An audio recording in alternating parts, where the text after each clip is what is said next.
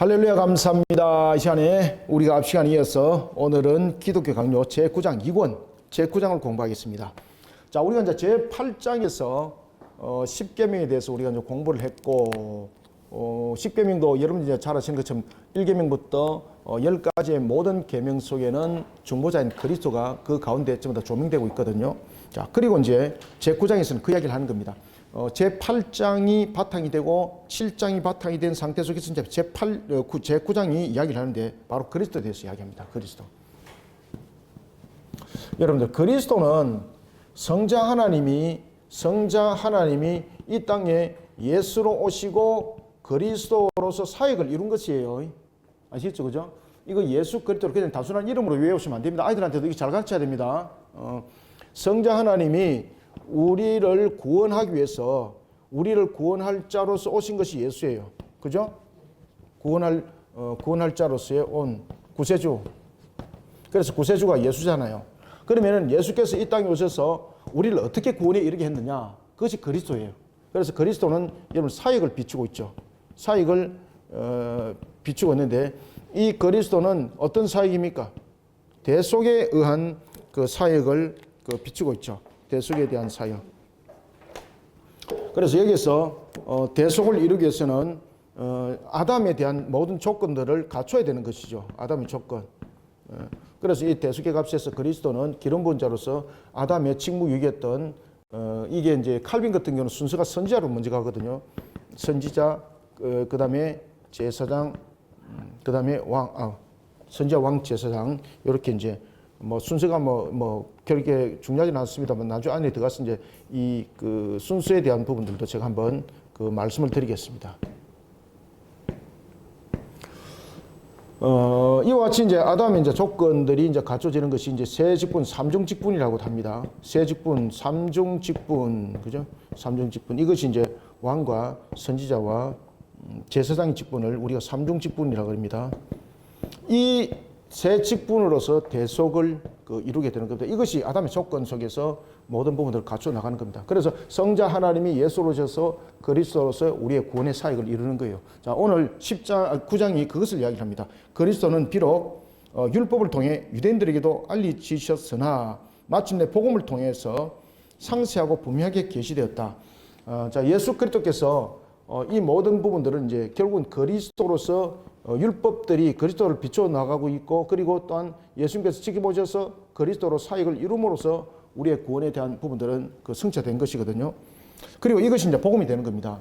예수님께서 그리스도로 사역을 이룬 것이 이것이 이제 우리의 이제 복음이 되는 것입니다. 복음. 이것이 이제 복음이 되는 겁니다.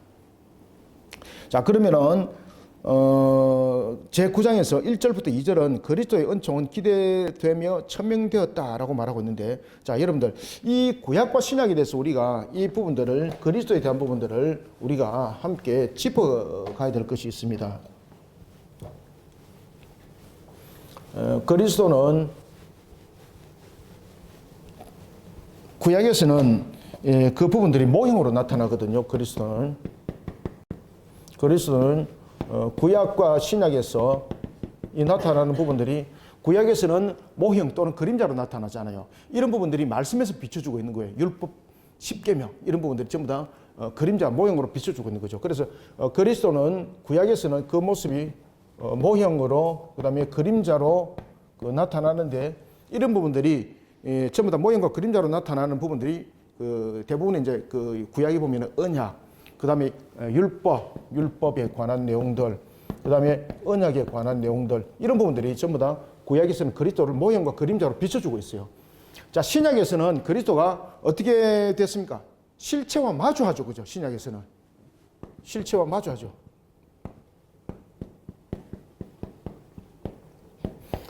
실체와 마주하면서 모형과 그림자는 이제 더 이상 이 부분들이 효력을 발휘할 수가 없는 것이죠. 그래서 이 구약에서 모형과 그림자로서 율법과 언약에 이룬 것을 실체가 오셔서 마주하는 것으로 끝난 것이 아니라 이것을 이루셨죠. 이것을 이루셨기 때문에 이 구약에 대한 부분들은 모형과 그림자로 있는 이 부분들은 어떻게 되는 겁니까? 이 부분들이 폐기가 되는 거죠. 그죠?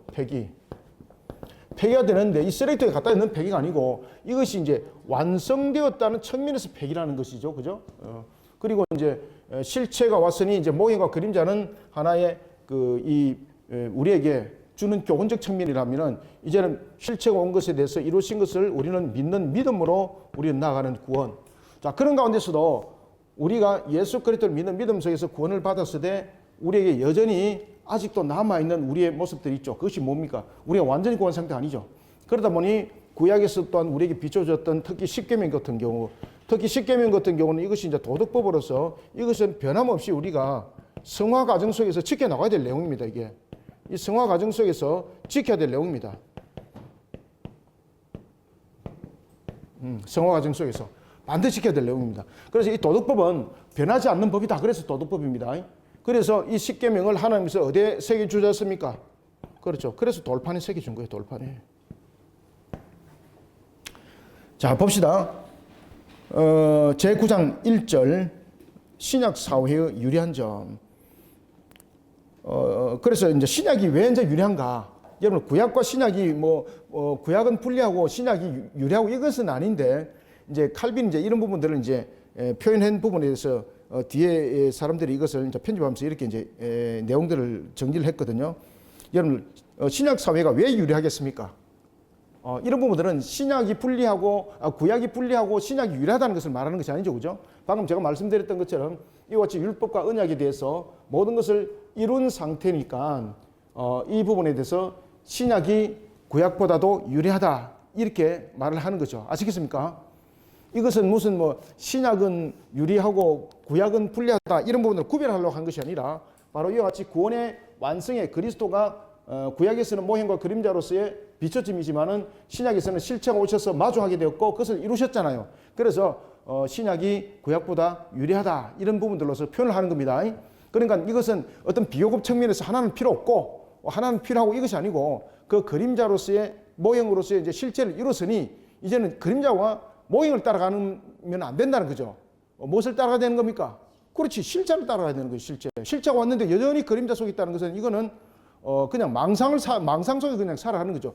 이런 부분들 속에서 이단들이 또 있지 않습니까? 그렇죠? 특히 이제 하나님의 교회라든지 이런 것들은 전부 다 이 망상 속에서 여전히 그들은 그런 상태 속에 머물러 있고, 그 다음에 여러분이 잘 아시고 있는 것처럼 유대교 같은 경우도 이런 하나의 구약 상태 속에서 오실 메시아를 여전히 기다리고 있잖아요. 오실 메시아 왔음에도 불구하고, 그죠? 이런 부분들.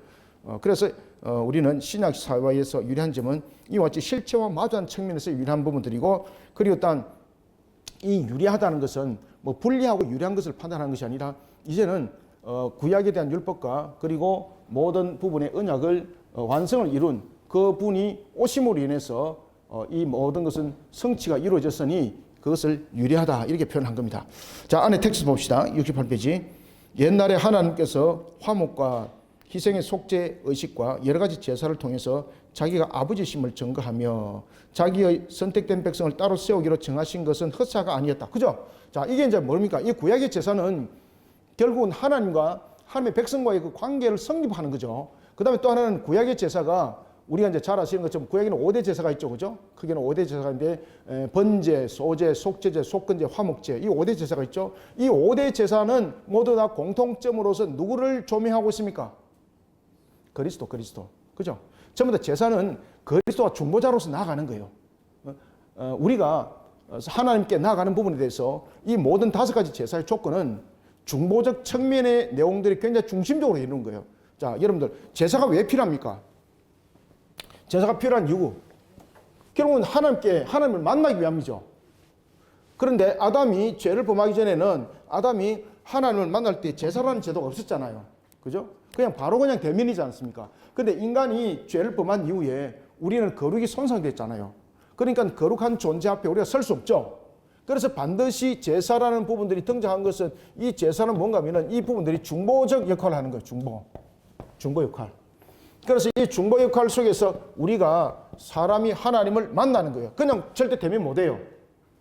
자, 여러분들, 창세기 3장 15절, 다시 말하면 여러분들, 창세기 2장 17절을 언약을 행위 언약이라 그러죠. 그죠? 그 행위 언약 이후에 그 언약이 파기됐잖아요. 그 언약이 파기된 이후에 인간은 하나님과 언약을 맺을 자격이 있나 없나요?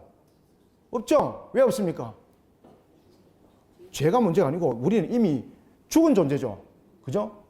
자, 여러분, 성경에서 무슨 이야기를 하고 있습니까? 하나님은 산자의 하나님이다, 죽은 자의 하나님이다.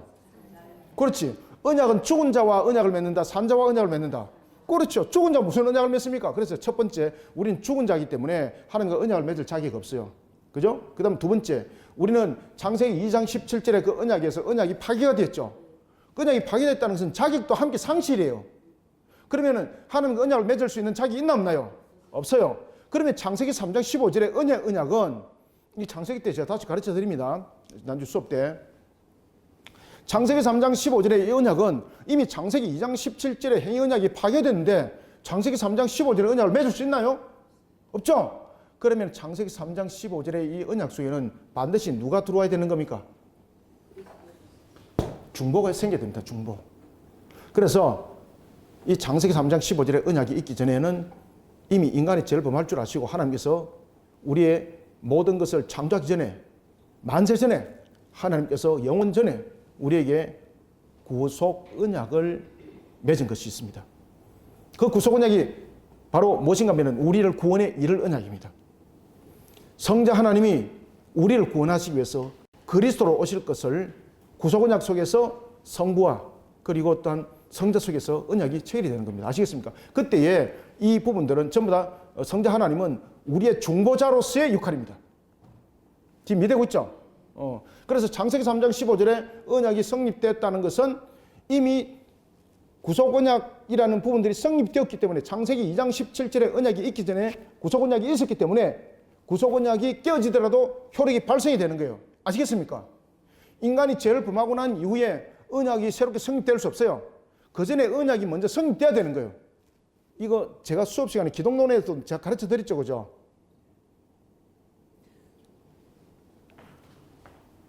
이거 지금 하면은 굉장히 시간 많이 걸리거든요. 그래서 이것은 오늘 본론에서만 합시다. 그것은 또 다른 과정 속에서 또 공부를 합시다. 자, 그래서 우리가 이제 여러분들이 이제 잘 아셔야 될 것은 이 제사는 결국은 중보를 의미를 이야기를 하고 있어요. 인간이 죄를 범한 이후에는 하나님을 만날 수 없어요. 왜 그런가 하면은 우리가 거룩함이 아니잖아요. 죄성 속에 거룩함은 죄성을 가진 자가 거룩함 속에 함께 있을 수가 없어요. 그래서 죄성을 가진 자가 거룩함 속에 있다는 것은 결국은 그 소멸이에요, 여러분들요. 그죠? 그렇기 때문에 우리 하나님을 만날 수가 없어요. 따라서 하나님께서 5가지 제사제도를 주신 것은 은혜를 베푸심이에요. 인간의 죄를 범함에도 불구하고 그럼에도 불구하고 하나님께서 하나님의 형상으로서의 일말의 부분들을 남겨뒀자 그랬죠. 찌그러든 하나님의 형상이지만 부분들을 스킬드 같은 경우는 하나님의 형상이 전혀 없다라고 말하지만 그건 아니에요. 우리는 그런 이론들을 여러분 배우시면 안 돼. 우리는 우리의 형상들이 비록 우리가 죄를 범했음에도 불구하고 찌그러진 형상임에도 불구하고 하나님께서 우리에게 일말의 양심을 남겨두신 이런 과정들이 있죠. 그죠? 그런 은혜를 베푸심이 있죠. 그런 가운데서 하나님께서 이 제사법을 우리에게 내려주신 거예요. 그래서 이 속에서 여러분 잘 아시는 것처럼 번제, 소제, 속제제, 속제제가 먼저 갑니다만 그냥 적읍시다. 속제제, 속건제, 화목제. 어떤 분들이 제보고 글 좀 잘 적으라 그러던데 이게 뭐 한글인지 뭔지 잘 모르겠다는데 이제 아시겠죠? 그죠? 좀 이따 잘 적겠습니다. 이 5가지 제사가 하나, 둘, 셋, 넷, 5가지 이것을 5대 제사라 그러거든요. 5대 제사. 이 5대 제사가 전부 다 중보를 표현하고 있어요. 중보를 표현하면서 누구를 예표할까요? 그렇지, 그리스도. 그리스도를 예표합니다. 그리스도를 예표합니다. 그래서 이 5가지 제사가 바로 그림자고 모형이에요. 그림자고 모형인데 이것을 신약에서 예수님께서 이 모든 것을 이루셨잖아요. 그러니 실체가 오셨으니 그 실체 속에서 우리가 믿음을 가지고 우리가 나아가니 우리가 구약에 보다도 유리하다 이 말이에요. 이해되겠죠? 그죠? 그래 결국은 구약에 있는 사람들이 불리하고 우리가 유리하다 이것이 아니고 모형과 그림자로서의 부분들로 구약시대를 있었다면 이제 신약시대는 예수님께서 그것을 이루심이니 유리하다 이렇게 이제 해석이 되는 거죠. 그래서 구약의 그 모형들은 결국은 누구를 전부 다 조명하고 있습니까? 그리스도를 전부 다 조명하고 있죠. 율법, 그 다음에 제사법, 뭐 이런 부분들 속에 부분들이 그런 부분들을 전부 다 조명하고 있고, 그리고 또한 우리가 이제 율법의 그 3가지 용법 배웠죠. 그죠? 제1용법, 제2용법, 제3용법. 율법의 제1용법은 무엇이었죠? 거울로서의 죄를 그렇죠. 죄를 비춰보게 하고, 그 다음에 두 번째는 제2의 용법은 죄를 깨달아 알게 하면서 죄를 짓지 않게 하는 그런 억제 기능을 가지고 있죠. 그 다음에 세 번째는 이제 영적으로 게으르지 않도록 하나의 채찍으로서의 그 기능을 가지고 있죠. 이런 율법의 제1용법, 제2용법, 제3용법이 가지고 있는 그 기능이 결국은 그리스도를 조명하고 있는 거예요. 이거 앞 시간에 공부 다 했습니다. 네. 완전히 새로운 시간에 있는 것처럼 여러분들이 반응을 해주셔가지고 내가 어디서부터 다시 시작해야 될지 지금 고민하고 있습니다. 자, 텍스트 봅시다. 두 번째 패러그래프. 그리스도께서는 모세가 자기를 증언했다고 선언하시면서도 우리가 유대인보다 더 많이 받은 그 은총을 찬양하는 의미에서 제자들에게 말씀하셨다. 맞죠? 그죠? 그리스도께서는 모세가 자기를 증언한 거 맞죠? 모세가 자기를 증언하고 선언했습니다. 그러나 그럼에도 불구하고 우리가 유대인들보다 더 많은 은총을 받았습니다. 그것은 뭡니까? 우리는 실체를 우리는 만났잖아. 그죠? 그래서 우리가 더 은총을 찬양하는 의미에서 더 많이 받은 그 은총을 찬양하는 의미에서 제자들에게 그렇게 말씀하셨다라는 것입니다. 자, 밑에 패러그래프. 세례 요한이 한 말을 봅시다. 세례 요한이 뭐라고 말했는가 하면은 요한복음 1장 18절에서 한 말입니다. 본래 하나님을 본 사람은 없으되 하나님 아버지 품속에 있는 독생하신 하나님이 나타나시느니라는 말은 그리스도의 강림 이전에 죽은 경건자들은 그리스도에게서 빛나는 지식과 광미에 참여하지 못했다는 뜻이 아니라 그들의 처지와 우리의 처지를 비교함으로써 그들이 희미한 윤곽을 잠깐 엿본 그 신비들이 우리에게는 밝히 나타났다고 가르치는 것이다. 아시겠죠? 그죠? 그래서 모형, 그림자로 있던 것이 우리에겐 실제로 나타났다. 이 말이에요. 그래서 신약 사회의 유리한 점은 방금 제가 말씀드렸던 이거는 이제 여러분들이 이제 칼빈 쭉 서술식으로 이제 써난 것이기 때문에 이해를 더 여러분들이 다 하는 측면에서 굉장히 중요한 내용이지만은 핵심적인 내용들은 지금 이 내용들입니다. 그래서 이 내용들을 머릿속에 딱 각인을 시키고 읽으셔야지 이해가 잘 주어질 수 있습니다. 자, 그 다음에 이제 제2절 봅시다. 제2절. 자, 제2절. 복음은 계시된 그리스도를 전파한다. 여러분들 맞죠? 계시는 무엇입니까? 밝혀 조명한 것, 그죠? 드러나서 보게 한 것, 그리고 드러나서 알게 한 것, 이것을 계시라고 말하죠. 자, 여러분들 복음을 구약에서는 복음을 계시했을까 안 했을까요? 지금 신약에서도 지금 언약에 대한 부분들이 구약에 대한 언약들이 신약에서 실제로 나타난 것들로 우리가 볼 때에 구약과 신약은 전부 다 복음을 다 말하고 있습니다. 그래서 구약은 항상 복음을 모형적 측면에서 그림자 측면에서 이 부분들을 보여주고 그 다음에 신약에서는 전부 다 이루심이거든요. 따라서 구약의 복음과 신약의 복음은 전부 다 연결이 됩니다. 복음은 구약에는 복음이 없었는가? 구약에도 복음이 있었습니다. 자, 구약에는 복음들이 어떻게 있었는가? 하나님께서 족장들을 세웠죠. 그죠? 족장들을 세워서 하나님께로 인도했죠. 이때에 이 대표적인 족장이 누굽니까? 아브라함, 이삭, 야곱, 요셉. 야곱, 요셉. 이와 같은 족장들을 통해서 하나님께로 인도했죠. 그죠? 그런가 하면은 또한 여러분들이 이제 모세 시대에 모세와 같은 그런 자들 세워서 복음을 전했죠. 그래서 이 복음은 무언가 하면은 복음은 말 그대로 계시의 계시. 복음은 계시된 그리스도, 계시된 그리스도를 전파하는 것을 복음이라 이렇게 말합니다. 자, 그러면은 신약 시대는 복음이 누구를 통해서 이것이 제시가 됐나요? 제자들. 그죠? 이 제자들 속에는 사도들도 있고 그다음에는 속사도 교부들도 있고 그다음에 일반적으로 우리가 전체적인 제자들 뭐 유형들이 이런 유형들로서 구성이 되어 있죠. 따라서 복음은 구약을 통해서는 족장들을 통해서 그 내용들이 전개되어졌고 신약에서는 제자들을 통해서 복음이 세상 속에서 전개되어졌죠. 그죠? 이런 부분들. 자, 여러분들이 가지고 있는 텍스트 봅시다. 69페이지. 자, 제2절. 복음은 계시된 그리스도를 전파한다. 그래서 복음은 구약에서 신약에서 마찬가지로 모든 것이 그리스도에게서 이 계시된 은총을 선포하는 겁니다. 그리스도에게서 계시된 은총. 그것은 그리스도에게서 계시된 은총은 무엇입니까? 구원입니다. 구원. 자, 다시 말씀드립니다. 자, 여러분들 복음은 무엇이 복음인가요? 복음은 그리스도에게서 계시된 은총이에요. 그리스도에게서 계시된 은총을 선포하는 것, 이것을 복음이라고 그래요. 자, 머릿속에 여러분 딱 인식을 해요. 자, 계시. 그리스도에게서 계시된 은총. 그리스도에게서 계시된 은총을 선포하는 것, 이것을 복음이라고 말해요. 그러면은 그리스도에게서 계시된 은총은 무엇이에요? 구원이에요, 구원. 어렵지 않죠? 자, 안에 이제 텍스트를 한번 보겠습니다. 그런데 그리스도의 비밀을 분명히 나타내는 것이 복음이라고 나는 생각한다. 따라서 복음이라는 말을 넓은 의미로 해석할 때는 하나님이 옛날 족장들에게 베푸신 자비와 아버지와 같은 호의에 대한 증언들도 복음에 포함된다. 그러니까 이 복음에 대한 넓은 의미를 포함했을 때 구약은 그런 족장들의 내용들이 함께 담겨진다는 이야기죠.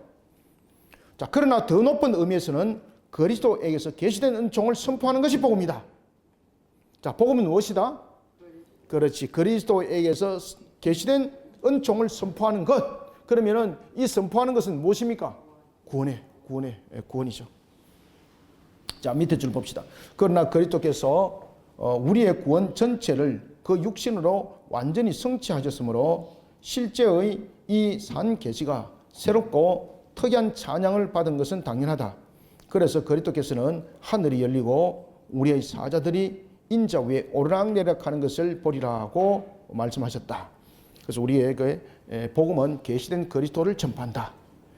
구약에서는 족장들을 통해서, 그리고 신약은 제자들을 통해서. 결국은 복음은 이 내용들이 함께 함축하고 있는 것은 그리스도에게서 계시된 은총을 선포하는 것이 복음이다. 그러면은 그리스도에게서 계시된 은총은 무엇인가? 구원이다. 자, 정리됐죠? 자, 다음에 이제 우리가 이제 3절을 보겠습니다. 자, 3절부터 5절은 여러분 좀 주목하셔야 될 내용인데, 이 3절부터 5절은 뭔가 하면 복음과 율법과 복음과의 관계에 대한 잘못된 것에 대한 논박, 특히 이제 이런 부분은 세례 요한에 대한 어떤 중간적 위치를 가지고 이런 부분들을 이제 논박을 하는 부분들이 있는데, 자, 여기서 우리가 이제 그 하나 이제 주시해야 될 것이 있습니다. 여러분들, 우리가 지금 구원에 이르렀죠, 그죠? 우리가 구원에 이르렀음에도 불구하고 우리는 무엇을 지금 기다리고 있습니까? 완전 구원을 기다리고 있잖아요. 그 완전 구원이 언제 이루어집니까? 주님이 오셔야 되잖아요. 그죠? 주님이 오셔서 무엇을 합니까? 심판하시죠. 왜 심판하십니까? 완전 구원을 이루고 완전 심판에 이르기 위해서 백보자 심판대가 열리죠. 그래서 그것을 이제 흰 보좌, 요한계시록에서는 흰 보좌라고 그렇게 말하고 있습니다. 이 완전 구원이 이루어지기 전까지 우리는 이 세상에서 살아가는 우리의 모습들은 불완전 구원 속에서 살아가고 있습니다. 아시겠습니까? 우리의 완전 구원은 어디에서 성취되나요? 자, 여기서 제가 굉장히 중요한 단어를 썼습니다. 완전이라는 단어. 여러분들, 완전이라는 것은 이 땅에서 성립될까 안 될까요? 왜 안 되죠? 이 땅에서는 완전함이 성립이 없습니다. 아시겠습니까? 완전하다는 것은 샬롬의 상태를 말하고 있거든요. 완전하다는 것은 더 이상 어떤 부분들이 발생이 되지 않는 것, 이것을 완전함이라고 말해요. 아시겠죠? 그러면 우리가 완전함을 가질 수 있는 것은 이 땅에서는 없어요.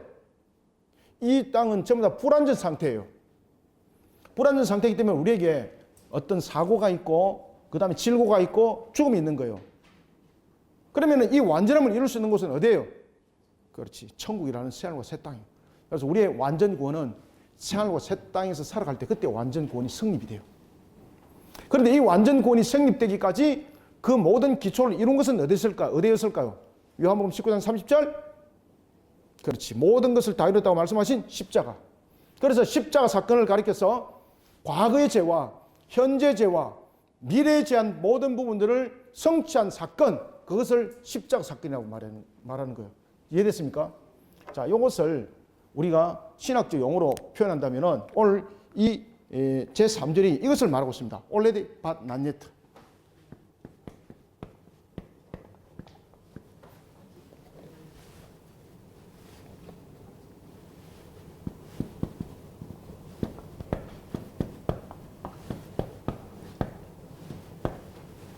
이거 Y입니다.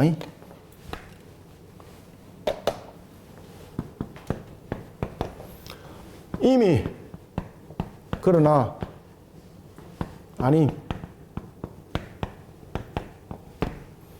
우리는 구원받았으되 아직은 아닙니다. 완전 구원이 아닙니다. 이게 완전 구원 상태로 가기까지는 그 과정 속에 있습니다. 우리는. 그래서 이 과정을 우리가 성화라고 말하는 거예요. 성화. 성화는 구원을 받기 위한 과정이 아니고 구원받은 자들이 완전 구원 상태에 가기까지 우리의 신앙을 담금질하는 겁니다. 아시겠습니까? 그래서 성화 과정은 구원이 아닙니다. 성화 과정은 구원받은 자가 이 완전 구원을 이루기까지 이 과정 속에서 겪는 겁니다. 자, 이런 부분들을 모든 것을 다 이룬 것이 어디에서 이루어졌습니까? 요한복음 19장 30절. 다 이루었다. 자, 여기서 다 이루었다는 것은 과거의 원죄와 현재와 미래의 무슨 죄? 자범죄. 그래서 모든 죄를 다 이룬 것입니다. 우리가 자범죄는 단회적 우리가 회개로서의 모든 것은 성립되었죠. 지금의 우리가 회개는 뭡니까? 성화 과정 속에서 우리에게 죄삼이에요. 이것은 구원이 아니에요. 아시겠죠? 우리가 구원에 이르기까지 우리가 거룩한 모습으로 살아가면서 우리의 모습들을 날마다 말씀의 거울에 비춰보면서 그 과정들을 걸어가는 거죠. 그래서 우리의 완전한 구원이 이루어지기까지는 우리의 백보자 심판대라는 이 심판대가 열려져야 되는 겁니다. 따라서 이 심판대를 우리가 흰보자, 백보자 심판대라고 이야기를 하는데 여기서 영생과 영벌이 갈라지는 거예요. 영벌. 영생은 우리가 모든 부분들이 완전한 상태 속에서 일어나는 샬롬. 샬롬의 상태 속에서 영원히 살아가고 영벌 속에서 살아가는 자들은 어떻습니까? 죽음 상태에서 죽음의 고통 속에서 살아가는 거예요. 그래서 이것을 둘째 사망이라고 말하는 거예요. 이게 칠판에 보이나요? 이걸 둘째 사망이라고 말하는 거예요. 아시겠죠? 이 부분들을 이야기를 하고 있는 겁니다. 따라서 칼빈은 여기서 올레드 밭 난예트에 대한 의미를 전하고 있고, 특히 이제 여러분들 그 책에는 기록은 안 해놨는데 이 칼빈은 무슨 이야기를 하고 있는가 하면은 제 3절에서 이 말을 하고 있습니다. 그리스도께서는 우리의 구원 전체에서 조금이라도 완성하지 않은 것이 없다. 아시겠죠? 자, 잘 들으세요. 그리스도께서는 우리의 구원 전체에서 조금이라도 완성하지 않은 것이 없다고 나는 방금 말했다. 그러나 그렇다고 해서 우리는 그리스도가 주신 혜택들을 이미 지금 가졌다고 생각하는 것은 잘못이다. 그것이 뭡니까? already 밭 난예트예요, 이게. 그래서 이 3절은 이것을 딱 기록을 해 놓으십시오. 제3절, 약속들이 우리에게는 파기된 것이 아니다. 그러나 우리는 세베레투스의 악마적 공상을 경계해야 한다. 여러분, 이제 세베레투스가 이제 그 당시에 칼빈이 있던 그 시대 사람이거든요. 이 세베레투스는 삼위일체론을 거부를 하고 있을 뿐만 아니라 성자 하나님이 인간이다라는 것을 주장을 하고 있고, 그 다음에 누구든지 신이 될 수 있는 범신론, 즉 측면의 내용들을 가르쳤던 사람입니다. 그러니까 그 당시에 이 세베레투스는 이단 가운데서도 극악한 이단이죠, 그죠? 그 당시에는 신앙을 지키는 것은 생명을 지키는 것보다 더 중요하게 여겼던 그 시대였습니다. 그래서 이제 결국 이제 세베레투스가 형의 집행을 당하면서 이제 화형으로 이제 죽음에 이르게 되는데, 그런 세베레투스에 대해서 칼빈이 악마다, 악마적 공상을 가지고 있다, 이렇게 표현했던 겁니다. 그러나 우리는 세베레투스의 악마적 공상을 경계해야 한다. 그는 그리스도의 은총의 위대함을 찬양하고자 하면서 또는 그렇게 하는 채 하면서 약속도 율법과 동시에 끝난 것 같이 약속을 전적으로 파기한다. 그러니까 이런 부분에 대해서 하나의 내용들을 우리가 이제 언약에 대한 성취, 여전히 우리가 완전 구원의 상태에 이르지 못했던 이런 부분에 대해서 그는 말하고 있지 않고 모든 것이 끝났다, 이렇게 단정을 짓고 있다. 자, 칼빈이 말합니다. 그러면은 하늘 생명을 완전히 실현하는데 필요한 모든 것을 우리는 그리스도 안에서 현재 가지고 있다는 것과, 그러나 믿음은 보이지 않는 좋은 일들을 보는 것이라 하는 이 두 가지 주장은 서로 일치한다. 따라서 이 내용들 속에 우리가 여러분 반드시 아셔야 될 것, 가장 중요한 것, 지금 칼빈이 이 내용 속에서 이야기를 하고 있는 것은 무엇인가 하면은 제가 방금도 불러드린 그 내용을 다 체크를 잘 해놓으세요. 이게 이제 제가 이제 줄였던 그 책에는 지금 기록이 없는데 제가 읽어드릴게요. 그래서 칼빈이 이 내용 속에서 굉장히 중요한 이야기를 했습니다. 그것은 뭔가 하면은 그리스도께서는 우리의 구원 전체에서 조금이라도 완성하지 않은 것이 없다. 뭡니까? 바로 요한복음 19장 30절이죠. 다 이뤘다. 우리의 구원을 위해서 조금 더 완성하지 않은 것은 없다. 자신도 그렇게 말하고 있다. 칼빈도 그렇게 믿고 있다는 거죠. 그러나 그렇다고 해서 우리는 그리스도가 주신 혜택들을 이미 지금 다 가졌다고 생각하는 것은 잘못이다. 뭔가 하면 완전 구원 상태 속에 우리는 지금 있지 않다 이 말이에요. 그러면은 이 부분들 속에서 완전 구원이 이루어지는 것은 어디서 이루어지는다? 바로 심판돼서, 백보자 심판돼서 이 완전 구원이 이루어진다는 것을 말하고 있습니다. 그래서 이 신학적으로 이 부분들은 제9장 3절은 바로 already, but not yet를 우리에게 증거해주고 있다라는 것입니다. 아시겠죠? 자, 이제 4절 봅시다. 다음 페이지 넘어갔어. 자, 여러분들 율법의 의와 복음의 의 같을까요? 다를까요? 율법의 의. 율법의 의와 복음의 의는 다릅니다. 아시겠습니까? 율법은 깨닫게 하는 것이 의고 복음은 그것의 효력을 발생하는 것이 의입니다. 그러니까 완전히 다르죠. 그러면은 서로 다른 것을 말하고 있는가? 서로 다른 것을 말하고 있지 않다는 것이죠. 자, 4절 봅시다. 율법과 복음과의 대치가 과장돼서는 안 된다. 이 부분들을 과장시켜서는 안 된다는 거죠. 이 대결 구도가. 왜 그런가 하면은 대치하면서도 율법을 폐기하고 다른 복음을 제시하는 것이 아닌 것이죠. 자, 율법이 폐기됐다는 것은 율법의 성취를 이루었다는 것이 측면이죠. 그러니까 이런 부분들을 율법과 복음 부분들을 우리가 폐기했다 이런 부분을 가지고 이것을 과장되게 대치시키면 안 된다는 거예요. 결국은 여러분 율법이라는 것이 우리로 하여금 조명하여 준 것들이 없다면은 그리스도를 바라볼 수가 없는 거죠.